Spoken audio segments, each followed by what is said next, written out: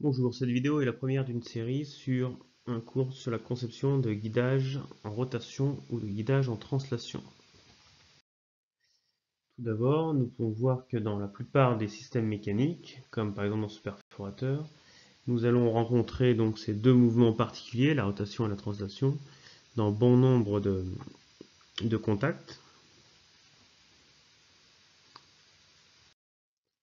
Ici, sur le perforateur, nous pouvons voir donc la rotation ici par exemple de la manivelle qui va entraîner qui va permettre de transformer le mouvement de rotation généré par le moteur électrique en un mouvement de translation avec le système bielle-manivelle du piston. Et donc nous aurons aussi un mouvement de translation qui sera donc le mouvement de translation du piston. Donc tous ces mouvements vont nécessiter d'être guidés pour pouvoir donc garantir les trajectoires et les vitesses voulues et pour pouvoir aussi encaisser les efforts qui seront générés lors du fonctionnement du système.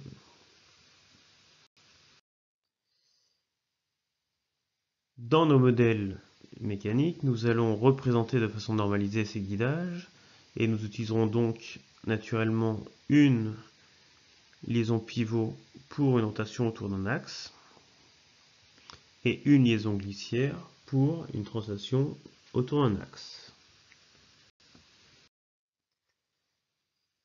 Ces guidages en rotation ou en translation devront répondre à des fonctions techniques générales. Tout d'abord, positionner les deux pièces l'une par rapport à l'autre, garantir le mouvement voulu, donc soit la rotation d'un axe, soit la translation selon un axe, transmettre les efforts, qui seront généralement des efforts parasites, et donc résister au milieu environnement.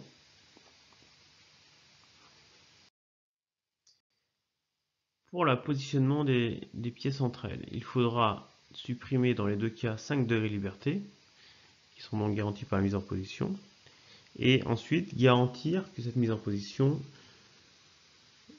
soit robuste et donc ne se défasse pas. Ce sera le rôle du maintien en position. Pour les guidages en rotation, nous utiliserons généralement des surfaces cylindriques qui permettront de guider donc la rotation et des surfaces planes orthogonales à l'axe de nos cylindres pour arrêter la translation.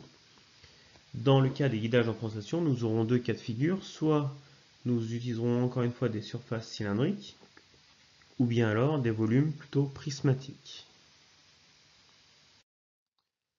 Pour garantir le degré de liberté en rotation ou bien en translation, il faudra nécessairement du jeu entre les surfaces pour éviter que le serrage ne supprime ces degrés de liberté, mais ce jeu devra être limité pour éviter les phénomènes vibratoires et donc les phénomènes d'usure, et donc la précision de ce jeu garantira la précision de notre guidage. Généralement, nous tomberons sur des solutions qui seront considérées comme hyperstatiques, et donc il faudra pouvoir régler ces jeux de manière précise.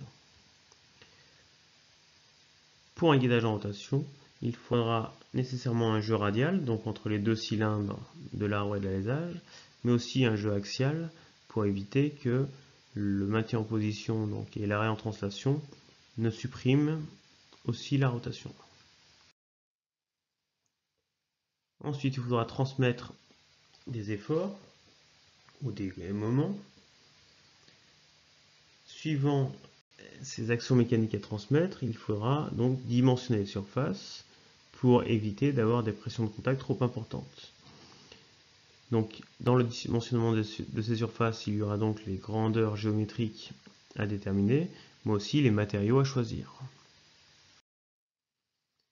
Et enfin, il faudra résister au milieu environnant, puisque dans certains milieux qui seront naturellement corrosifs, il faudra utiliser donc des solutions garantissant des étanchéités, par exemple, et des matériaux adaptés pour résister à ces attaques extérieures.